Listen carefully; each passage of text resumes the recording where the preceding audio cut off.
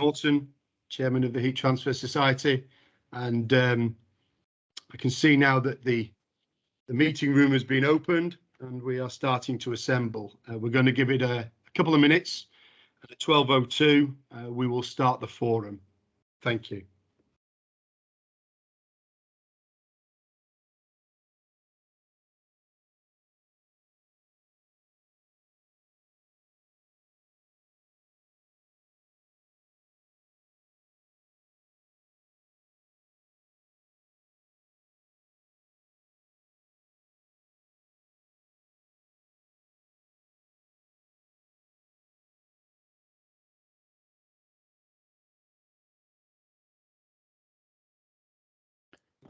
Hello, everybody who's just joining us. We're just going to give it another 60 seconds before we start the April forum. Thank you.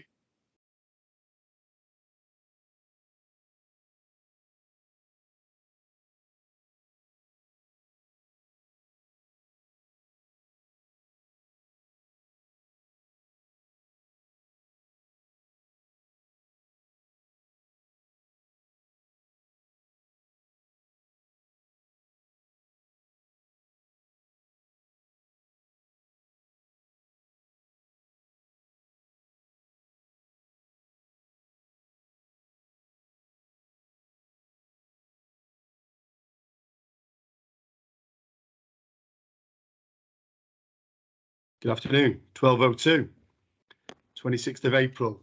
My name's David Norton. I'm the chairman of the Heat Transfer Society, and I welcome you all to the webinar forum today. And I will be handing over to our hosts shortly. We come off the back of our gala dinner event, which was held in London at the end of March. Fabulous event, which was attended by over 60 people. And within that event, we also presented the Mike Ackrill Trophy.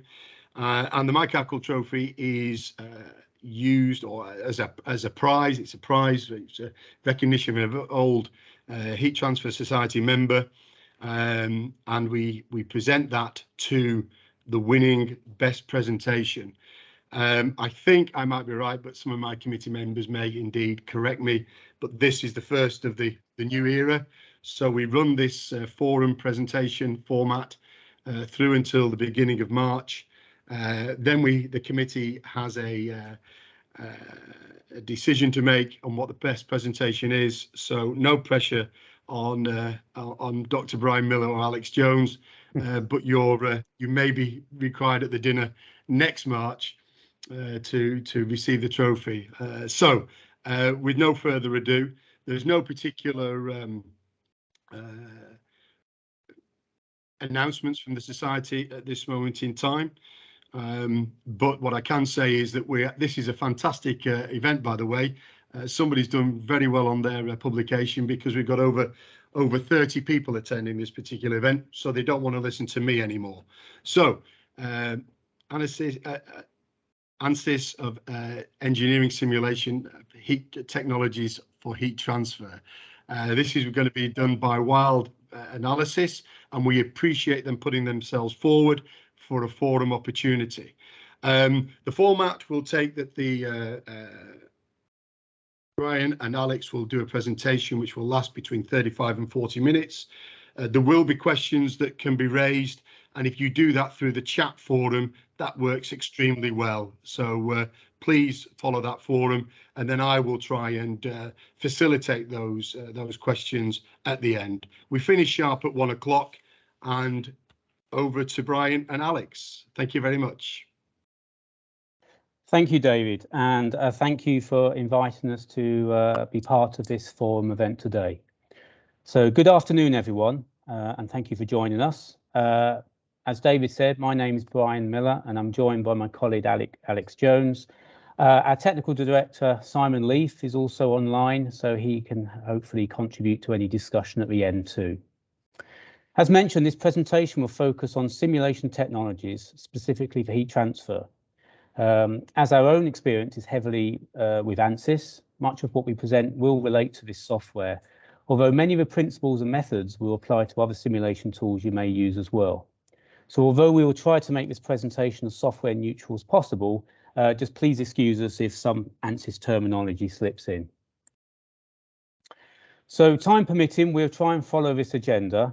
But before we do that, I'd just like to very briefly introduce you to Wilde, if you're not already aware of us as a company. So essentially, we've been involved in simulation and digital engineering more widely for over 40 years now. And we focus on helping our customers solve engineering problems and drive their business initiatives forward through the use of simulation and related mathematical modeling and risk management techniques. And over this period of time, we have implemented software solutions at over 400 companies, and we've also provided services to another 1,500 organizations. And in fact, as discussed later, companies can exploit simulation for heat transfer applications, either by using software themselves or through the use of consultancies, of course. So within the 40 years, we've become involved in the application of simulation within most design and manufacturing disciplines, as shown here. Indeed, all of these areas can involve heat transfer, not only within product design, but when considering environmental performance within and around buildings. And it is also central to the modelling of many manufacturing processes, including the prediction of microstructural evolution. We mentioned thermal management, and in many ways, this is the #1 objective of heat transfer analysis, to understand the flow of heat and resulting temperature distributions, and how we can then modify a design or process to control those temperatures. Indeed, as heat is involved in so many processes, its management likewise is critical in so many industries, and there's a wide variety of people attending this webinar today to witness that. As you will be well aware, heat is generated as part of the normal function of many products, and sometimes this heat needs to be removed to prevent damage, and sometimes parts need to be kept warm enough to work correctly. Both solids and fluids as mediums are typically involved in heat transfer, with gases or liquids heating and cooling machine parts, process equipment, engine components, and so on. And such thermal effects can deform walls or parts that have been cooled or heated. For example, turbine blades that deform due to thermal effects do not operate as efficiently as those with an intended shape. And repeated thermal deformations can cause cracks, leaks, or even total failures in pipes, tanks, and other containment vessels through fatigue. So understanding thermal effects and deformations is therefore key to actually understanding the performance of these devices themselves. And to that end, simulation is well established now as a powerful tool for predicting and generating insight into heat transfer, probably more effectively and efficiently than physical tests alone. And indeed, managing thermal characteristics of design really focuses on two areas, performance and efficiency, and safety and reliability. So of course, optimum performance may depend on maintaining temperatures such as chemical reactions, or to avoid temperatures where materials become brittle. Consumers may take products to places they were not designed for, sometimes in unusually hot or cold conditions, and therefore confirming that products can manage a wide range of temperatures helps to ensure customer satisfaction. As mentioned earlier, when we think of manufacturing processes, their success often critically depends on the controlled application and removal of heat. An interesting example here shows the distribution of heat during a welding process, simulated by one of our other specialist codes, Deform. And furthermore, not accounting for or managing thermal effects can lead to safety and reliability problems. Containment vessels, again, for example, must withstand high temperatures and temperature swings. Failure to properly manage thermal effects may release heat and dangerous materials into the surroundings, shorten vessel life, and risk harm to people and the environment. One application of heat transfer analysis, which we at Wilde are finding is growing rapidly, is within electronics design. And this is because heat, or more specifically the control of heat, is a key factor influencing reliability, and that electronics is increasingly present in all products we use. And although not discussed in detail today, specialist tools are available in ANSYS and other codes to specifically deal with the geometric complexity and detail of PCB layouts. Now, as mentioned, we are a channel partner for ANSYS, which today has simulation tools for most aspects of product design. And within the portfolio, the ability to consider heat transfer is built into their building blocks of structural, fluid, and electronic simulation solvers. But in many cases, the heat transfer problem actually crosses multiple physics, and therefore such codes need to talk to each other. So, for example, it's often desirable to better understand how to remove or add heat using fluids or CFD model convection results in structural simulations, as modelling the actual behaviour of a cooling fluid can provide an advantage over correlation-derived coefficients. And fortunately, though, I mean, obviously not just ANSYS, but extending single physics to multiple physics or multi-physics virtual prototypes is increasingly straightforward as these software tools develop. And as a result, engineers can gain additional insight into thermal management calculations by adding thermal deformation and stress calculations to existing CFD results. Pulling in additional physics models like this helps answer questions like, will the material and construction of a product handle the thermal stresses? Will they deform beyond the design limits? And can a different or cheaper or lighter material be used? And so as a result, ANSYS has developed a convenient way of linking various analysis solvers together through a platform called Workbench. And the schematic above is used to set up such models by users and will be shown by Alex in some of the slides today to actually illustrate the coupling methods that we can employ. And one final point before handing over to Alex is that not all heat transfer problems are best simulated in what we sort of see as 3D or what's typically the geometry that comes out of CAD systems. Excel can be used for very simple problems that can be resolved to a single dimension. However, more complex system level design is best analysed using dedicated network tools. And furthermore, these 1D models can also benefit from coupling to 3D, CFD or FEA simulations. For example, we often use a system called FlowNext for system analysis, and that can couple with ANSYS, where for a heat exchanger, for example, you may want to model some aspects of a design in one dimension, whereas fluid flow within the shell is perhaps best modeled using 3D CFD. And ANSYS itself has its own systems tool called Twin Builder, and Alex will mention 1D system analysis briefly later in the context of battery management. Indeed, perhaps this is now the time to hand over to Alex for a deeper dive into heat transfer methods. So, Alex. Hi, everyone. Thank you very much, Brian. I'll just share my screen quickly.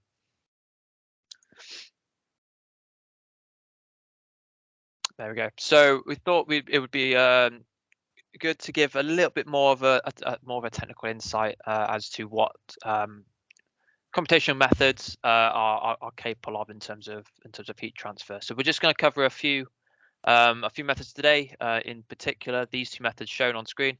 I'm just going to go into them in very quick. I'm just going to go through them very quickly, as to you guys are probably familiar with these methods already. But so first of all, CFD is used to model fluid flow, and FEA used to model behavior in structures and stresses and deformations and things like that.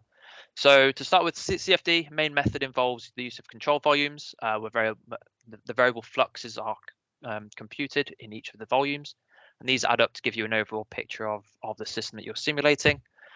Because you're able to model fluid flow, you can solve radiation and convection directly within the software.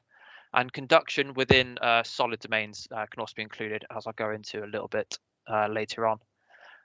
FEA is capable of directly solving conduction within the solid domains, but because the fluid domains are not accounted for within the models, convection and radiation would need to be accounted for using boundary conditions, which use assumptions to work out the heat transfer from surfaces as well. So, but because CFD cannot deal with deformations, due to stresses and restraints, you may need to use a coupled approach between these two methods and solutions, which is what we'll go on to a little bit later on. So a little bit of an overall about what kind of methods are available using both simulation methods. So I'll go through each of these in turn on separate slides, but we're looking for the FEA only. We're using mostly approximations to work out heat transfer on surfaces. For example, it's usually towards the bottom end of, it's very computationally efficient if you're able to do it this way. And then we're looking up to conjugate heat transfer near the top there, where both the fluid and the structural models or geometry need to be included within the model. to calculate the heat transfer from the fluid to the solid, and then potentially again from the solid to any convecting fluid again on the outside. Alex, Again, Excuse me, very. Alex, excuse me, Alex, it's David Yeah, here. no problem. We've Hi, lost David. your screen. I certainly, for one, have lost your screen. Thank you. Sorry, I'm not sure what happened Okay. there. Thank you very much. Yeah, sorry if there was a bit of a. I'll go through that again. So the FEA at the bottom here. Good there. Yeah, we're good now. Perfect. So FEA only at the bottom. Most computation efficient, whereas conjugate heat transfer. And coupled CFD FEA, depending on the type of problem, takes first place for the most computationally expensive methods. So go into each one separately. That's unshared again, hasn't it?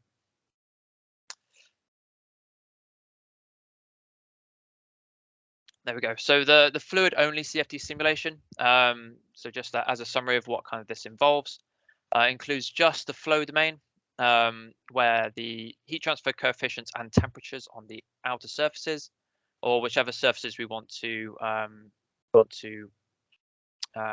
take, I guess, for use for a structural simulation later potentially, just needs to be taken. So the convection, any convection or radiation, or potentially just convection, would need to be approximated on the outside. It's not solved.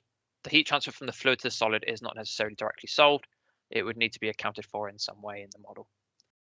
There's something similar with the FEA only simulation as well, where any fluid that is around would need to be accounted for either through approximation in boundary conditions as well. Conjugate heat transfer is one of the methods where we can attempt to include both domains. So instead of using convection and boundary conditions and assumptions to work out the heat flux across boundaries, we can include both the solid and the fluid domain within the same model. So in geometry terms, this would include including both the structural elements of the model as well as any fluid domains as well. And we can use shared topology to enforce a conformal mesh between the two, which is the ideal method. This doesn't have to be the case. We can include interfaces later on, but this introduces potential errors with any discontinuities between the two domains. So what this also means in terms of meshing the geometry, so the meshing, should we say, emphasis is on separate elements when you're looking at both fluid and structures. So this can both be accounted for within fluid meshing, for example, as well as other codes can also deal with that. So using boundary layers, for example, for the fluid domain, and using purely poly elements or hex elements for the solid domain. So both these regions are included in the meshing domain, and if there is a conformal mesh between the two, these surfaces will be mesh connected.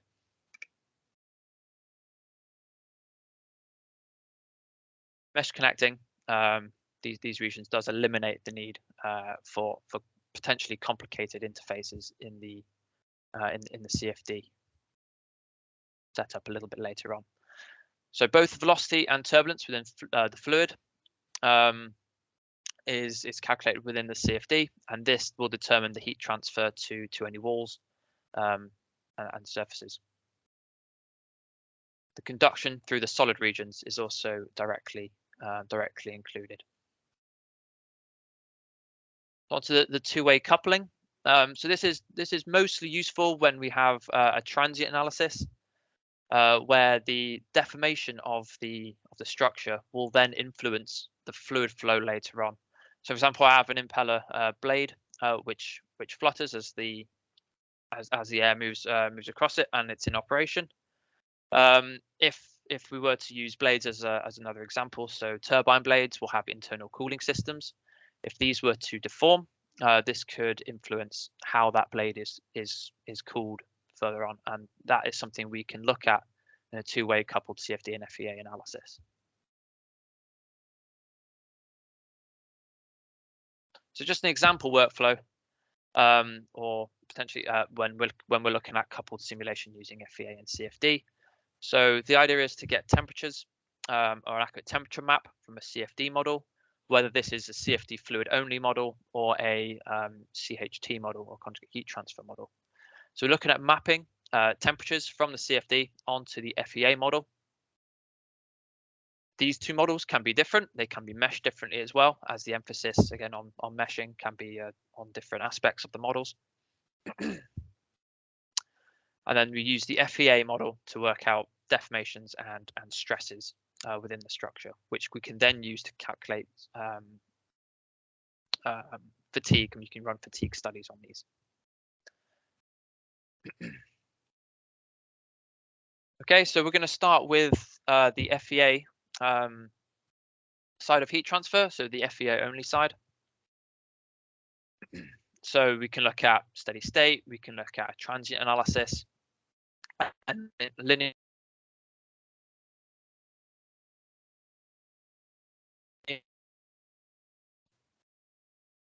and boundary conditions we can include are on the right hand side. Fixed temperatures,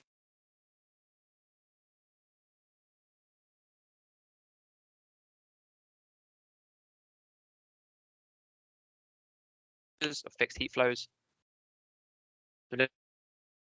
a little bit about similar meshes. So as I did mention, so even with just FEA only models, we can calculate the heat transfer through that model. Excuse me. Using one model and one mesh. This mesh doesn't have to be quite as dense or as detailed as a potential structural FEA model, which will need to calculate stresses and deformations. So it may be more efficient to use two different meshes and map the temperatures from the thermal model onto the structural model. And this can be done in ANSYS through Workbench, as Brian mentioned before, where we simply use the systems to link together different components and different solvers. In this case, or in ANSYS, prior to solving the structural model, the temperature loads can be imported and then reviewed.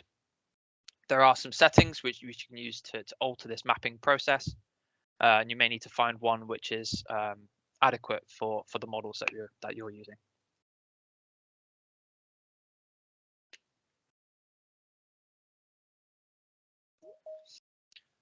So onto the exact thermal, fluid, and the structural interaction, and some of the different coupling methods that we can employ. So we have the CHT and we have two-way coupling as well.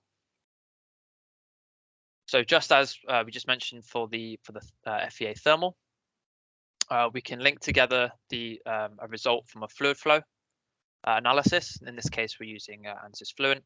We can link that to a static structural model for further processing. So again, like the FEA model, we can use CFD to calculate the temperatures throughout a purely fluid flow or a CHT study, and then map those temperatures from selected surfaces, selected bodies, onto a separate mechanical mesh as well. Again, using changing settings, which can help optimize that mapping process. This can be done for both steady state and transient, which is where we get, for a transient model, we may be looking into the two-way coupling method, where the deformations are fed back into the fluid flow model, remeshed, and then the process is repeated. So just an example, we have a thermal fatigue analysis, which aims to bring sort of all these concepts together on a heat exchanger, or sorry, an exhaust gas recirculation cooler. So the idea is that this gas exchange cooler is going to go through many heating cycles, where we get up to the high thermal load and then down to low thermal load while not in as high demand. So the model is experienced to go through a degree of thermal shock, and also may experience thermomechanical fatigue, which is largely due to, well, uses a sort of a low cycle fatigue method or a strain life method. So the way we'd go about this in simulation, we start off with our CAD model, which will include, in this case, both the solid and the fluid domains. So in our CHT study, we define the thermal boundary conditions, so the inlet mass flow and inlet temperature, as well as any convection, outer convection conditions. This will be taken through to a transient thermal analysis, where we can alternate between the high cycle and the low cycle temperatures. And then this in turn will be taken to the stress analysis for a single cycle, again for both the high cycle and low cycle, where we can then look at the fatigue, take this into a fatigue analysis, for example, using ANSYS encode to calculate design life, whether this is high cycle or low cycle fatigue. If at the end of this process we find that we can implement some solutions to improve the design, excuse me, then we may go back and alter the CAD model and then repeat the process. We're going to go through these steps in a little bit more detail. So in the CHT or the CFD results or section of the simulation, we have two models set up: the low thermal cycle and then the high thermal cycle. So you see that we have the CFD or the fluid flow acting on through the tubes of this design, and then this will conduct outwards through the material, and then the heat will be taken away on the outer surfaces.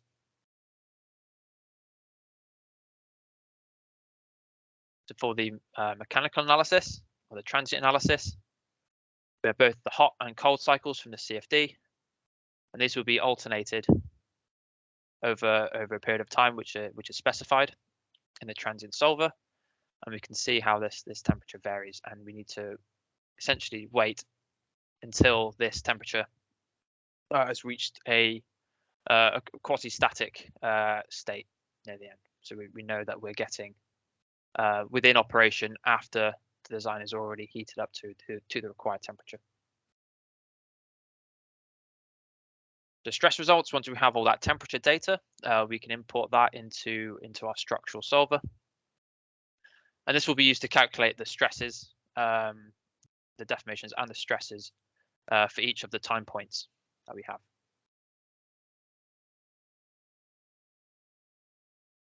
These stresses will then be taken into our fatigue calculators and fatigue solvers. So for example, we use encode, a specialty fatigue and processing piece of software. We can look at individual components to calculate fatigue life. These will either use SN curves or creep data. We'll also use strain data as well if that is a particular failure model we are looking at. And these can be hooked up in the same way that we've mentioned previously within ANSYS, using Workbench. So all of this can be very automated once it's set up. So if we do need to go back and look at the CAD once again, everything should be able to carry through, and be able to, using Workbench, be able to run through multiple iterations of the same design without much input from the user.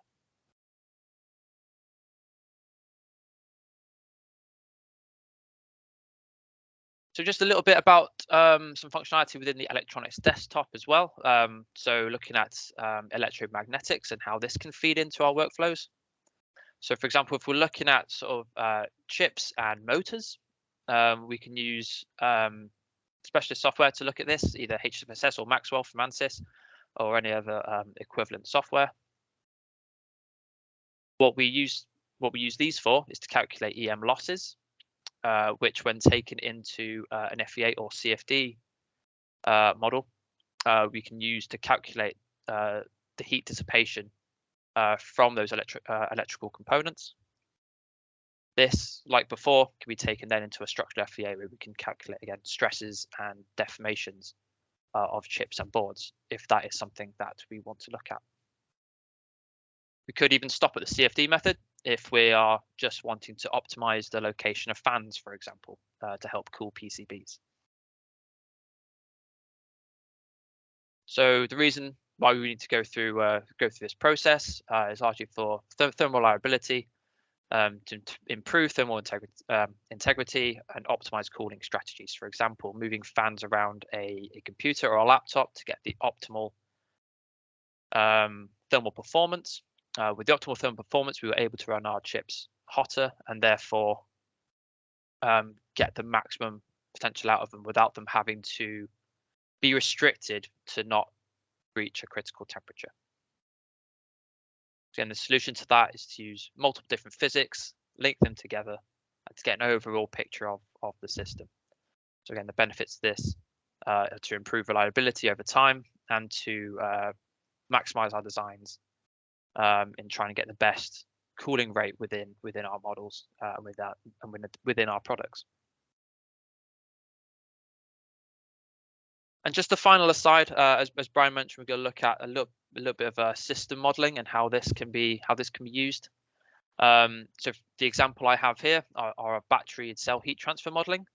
The diagram we've got here is kind of everything that we could consider within battery modeling, from cell level to model level within pack level. And the thermal engineer may be interested in this bottom section here, whereas the electrical control engineer be interested in the top section, and these two need to influence each other.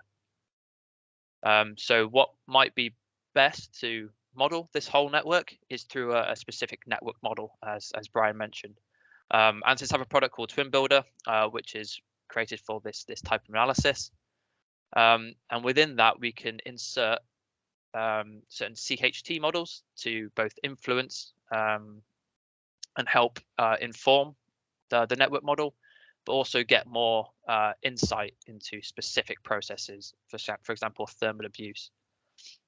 So the example I have here is thermal runaway, which may need to be modeled more explicitly using CFD.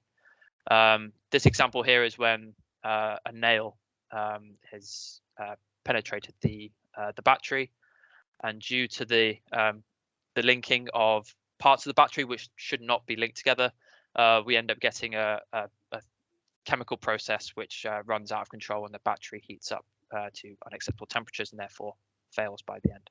So we can model this process. The Fluent, for example, has multiple different models which deal with this sort of phenomenon.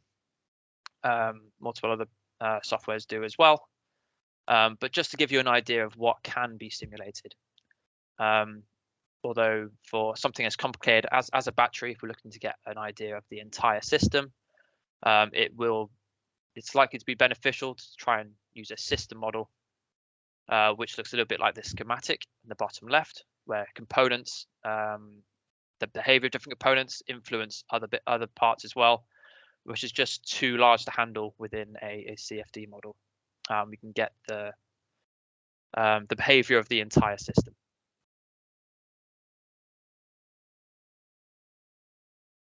Okay, so on this note, I'm just going to hand back over to Brian, who's going to look into the accessibility of this software. If you have any questions, we'll be at the end to answer them. Thanks, Alex. So obviously from what you've seen today, and I'm sure you've heard generally, there's lots of benefits from simulation, as some of the statistics from this recent ANSYS survey demonstrate.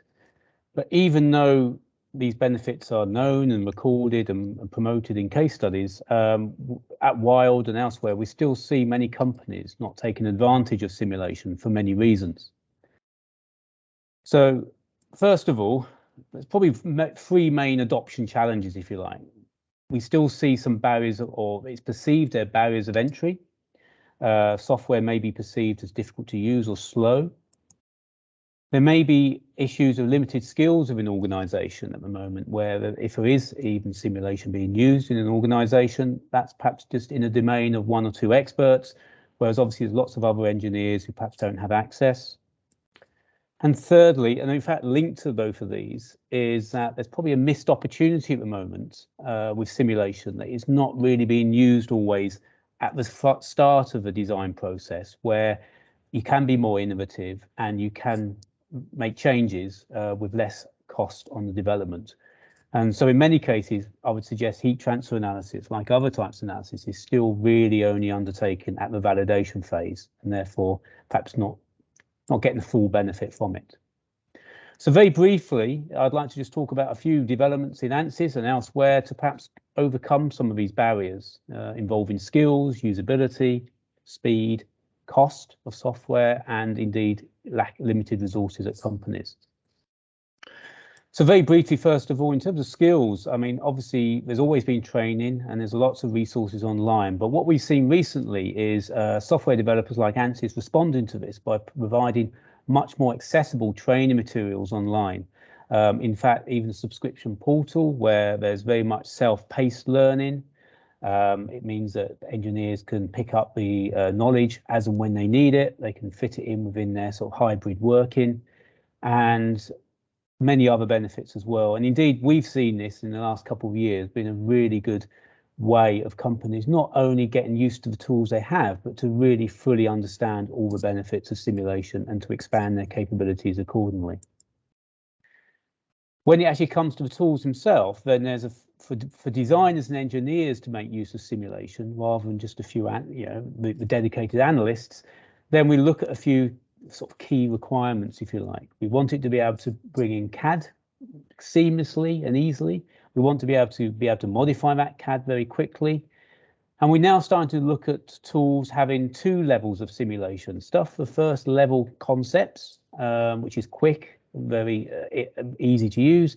And then we still have the high fidelity simulation, very much the sort of stuff that Alex was showing earlier for when we want to get to validate our designs. So, for example, in terms of geometry preparation, there are now direct modelers technology available, which means that an engineer or a designer can quickly take their CAD model and very quickly defeature it, take out all the features which would make a simulation slower to use and to run. And also, once they have results from that simulation, they can then quickly make design changes without having to go back to their full CAD system to really be able to explore how they can improve their design and be really innovative.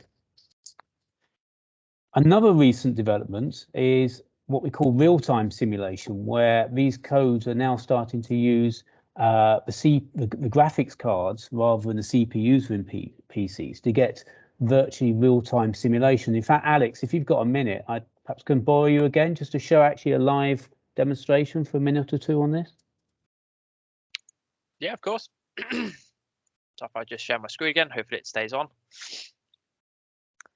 So I just have here a simple mixing tea. So we have hot fluid coming in from the top, and we have cold fluid coming in from the side. Anyone familiar with simulation? Maybe where this might take at least half an hour to a few hours to solve. But for one of these real-time simulation solvers, we're looking at, if I just press go now, left, right, sorry. After a few seconds, we're already seeing results. So this is a conjugate heat transfer problem. So we have fluid on the inside, and then we have a solid structure on the outside with just convection conditions taking heat away from the solid. So we can see the heat imbalance there. If we cut this, you can see through the middle.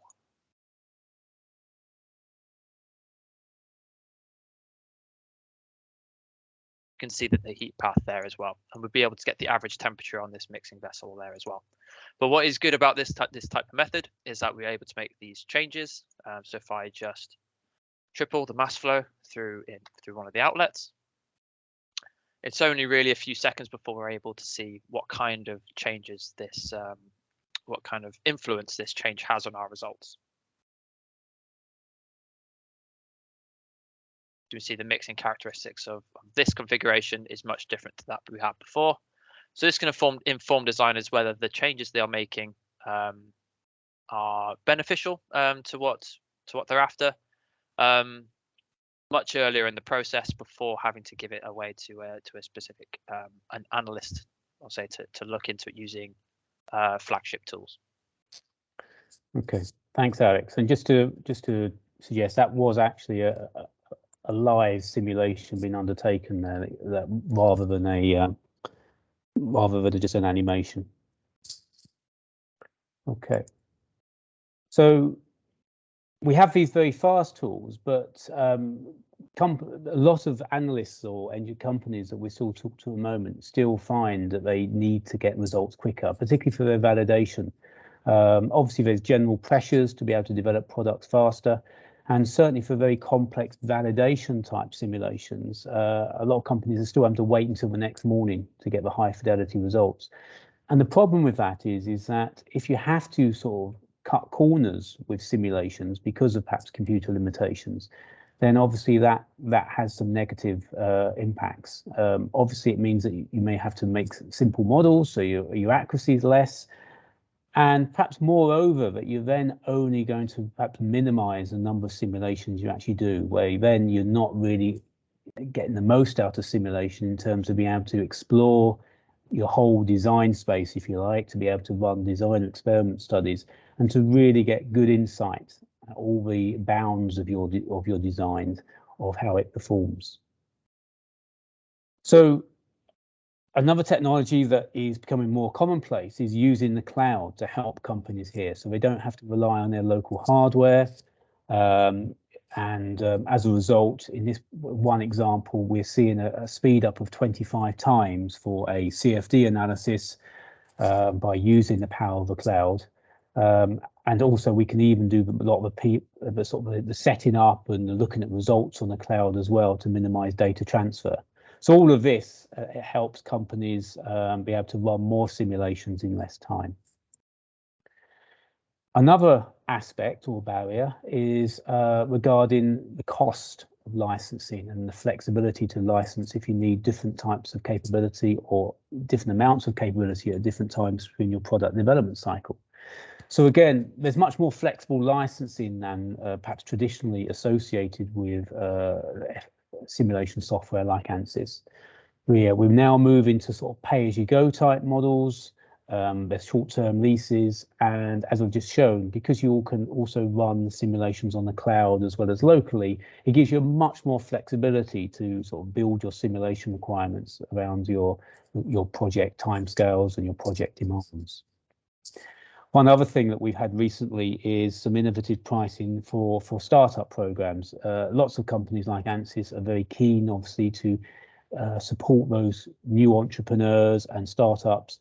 So again, there's a lot more flexibility there to really try to accommodate software tools within limited grants and limited investment that companies have in their first few years.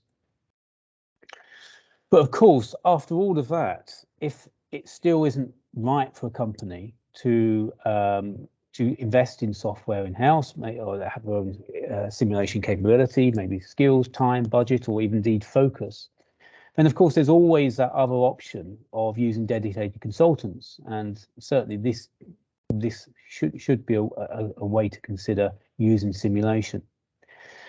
And of course, like anything, there are benefits and limitations of using consultants. From our own experience, I would suggest the greatest benefit is that then you can obtain a third-party engineering insight from a consultant as well, to give more ideas and more insight than maybe your own in-house team has time and skills to provide. Obviously, on the other hand, perhaps the primary limitation is that, you know, the clock is always ticking. The cost of every extra simulation is considered, and therefore it perhaps inhibits innovation, because companies really typically want to use consultants more just to validate the design rather than to help optimize it.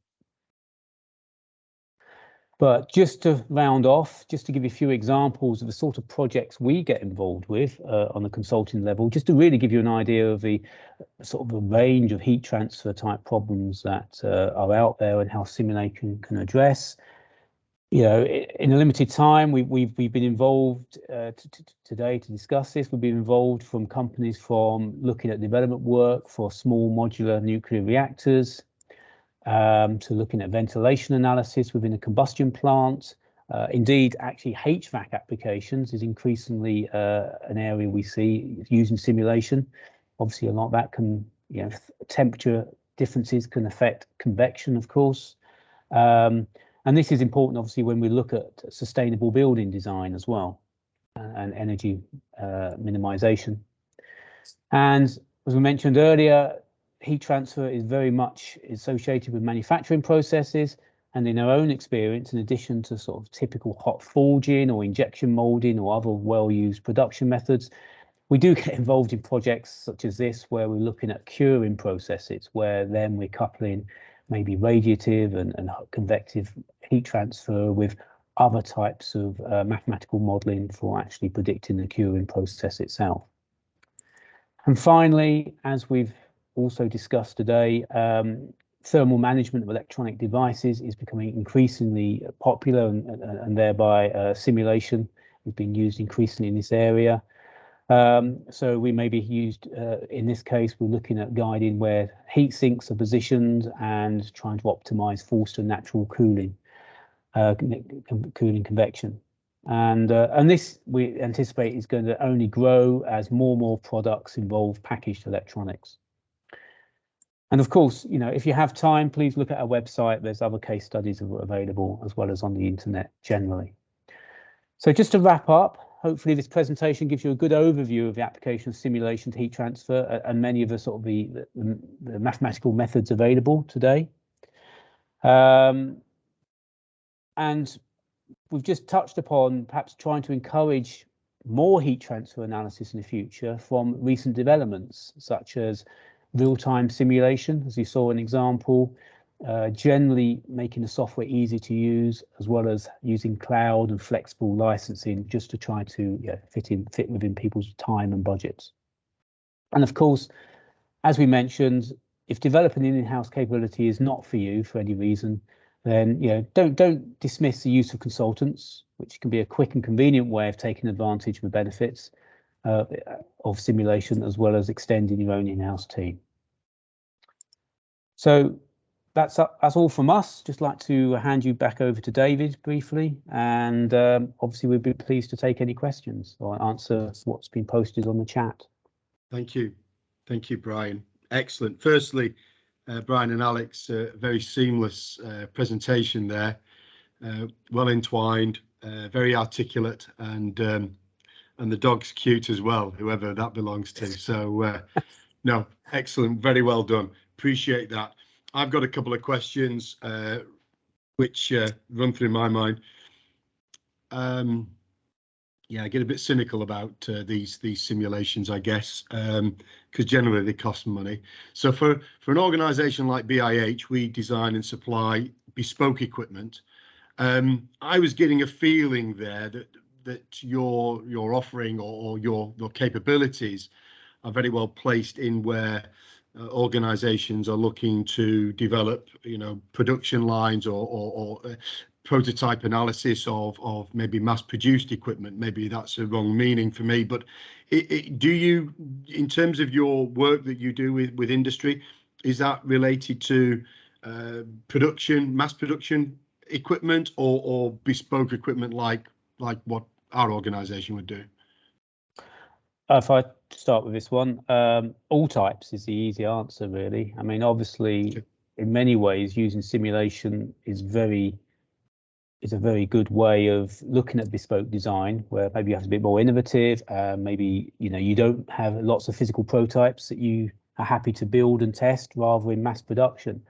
So across the board, one-offs and more unique designs is where we see certainly a lot of our project work, and also I'd say a lot of our customers who use the software themselves. And that goes again to startups, where often a startup will look at a single design concept and maybe looking at very low volume production, and they find simulation and heat transfer analysis as a much cheaper way of developing products, rather than to invest in test equipment and everything associated with that. Sure, understood. And in terms of the, I think you may have covered it, but you talked about some of the modelling and some of the software that you utilise. As an organisation, we would always carry out our design based on a 3D model and cut away from there for fabrication drawings and general arrangement drawings, etc. So we use software like Tekla or SolidWorks? Is that something that you would be able to integrate into your software package to carry out an analysis? Alex, do you want to take this one? Sure. Yeah, that's probably best. SolidWorks or any other CAD package, and ANSYS is in particular is capable of importing those three models in the native file type. But also a lot of them are capable of exporting in a neutral format such as STEP, which we can easily be imported by ANSYS and many other simulation packages as well. Good. As you noticed, I was doing a little bit of padding, but we still only got one question. But thank you for your responses to my points. And Russell Skinner, who's a HCS committee member, is there any capability to review vibration problems with your software or analysis? I think I'll probably take this one as well. Yeah, definitely. So ANSYS Mechanical, you can take gives you the capabilities to run many sorts of vibration studies, whether it's a harmonic analysis or a PSD simulation using random vibration. Yes, is the answer to that one. Yeah, there's actually an example on our website. One of our customers, Eminox, who I can mention because they're on our website, and we do services and they use software themselves for looking at catalytic converters. So they're using, looking at heat transfer, but looking at flow, but also we're looking at vibration, obviously from vehicle loads, etc. So yeah, as I think probably one of the earliest slides I showed today with ANSYS generally, and again, it's not just ANSYS, that simulation technology now has got to a point where there's very few types of physics that can't be simulated. Obviously, we focus today on heat and how that links to electrical currents and how it links to deformation. But you can now simulate light, which obviously in itself, light obviously may have an effect on heat, and all other types of physics as well. So when a customer comes to us today, it's not normally that you can't simulate it. It's just really identifying how long it'll take to simulate and whether then that time and cost is practical for that particular application against physical test. But as we've emphasized, and myself, I've been involved in this industry for almost 30 years, that where we are today compared to 30 years ago means that there's very few things that we have to go back to a customer and say, well, perhaps simulation isn't right for your application. Whereas of course, back in the old days, if you like, it was more, there was less opportunity to benefit from these techniques. Noted, understood. James Flegg, thank you for your question. Do you know of any good resources, calculators for determining the heat transfer coefficients to apply to surfaces in a thermal FEA analysis? One of the main problems he's having is that with that kind of analysis, they're fairly easy to set up, but it's difficult to know what coefficients to use. Can I take this one? Please do. It's Simon Leafy. I would my go-to resource would be a classic textbook on heat transfer by J.P. Holman, which you can get pick up new or second hand, from Amazon or anywhere else for about 30 odd quid. And it's money well spent. It's got a whole load of correlations for various different heat transfer modes, as well as a good description of the underlying processes. It's an absolute cracker, and I'd thoroughly recommend it. Excellent answer. Thank you, Simon. I'm not seeing any questions come through, but we'll give it a moment. I think just one other thing to note about, and just to build on that last question, and a very good observation, that a simulation is only as good as a data in. It's the old bad data in, bad results out. So you have to be careful about putting that data in. And again, companies like ANSYS now have parallel products, which are basically large material databases, where you can, that doesn't just relate to, that's more talking about maybe the conductivity, if you like, and other thermal properties of materials, as well as their structural properties and stuff. Is that companies like ANSYS, and they're not unique in this, are now establishing that they have a responsibility to provide good data, certainly material data, as well as good ways of solving equations, and that is certainly something that is increasing, and certainly in the area of materials, because I think increasingly with companies, after the cost of staff, materials cost is very much perhaps the most significant cost that they may have, and therefore helping to make better material choices is very much part of the future of simulation, we believe.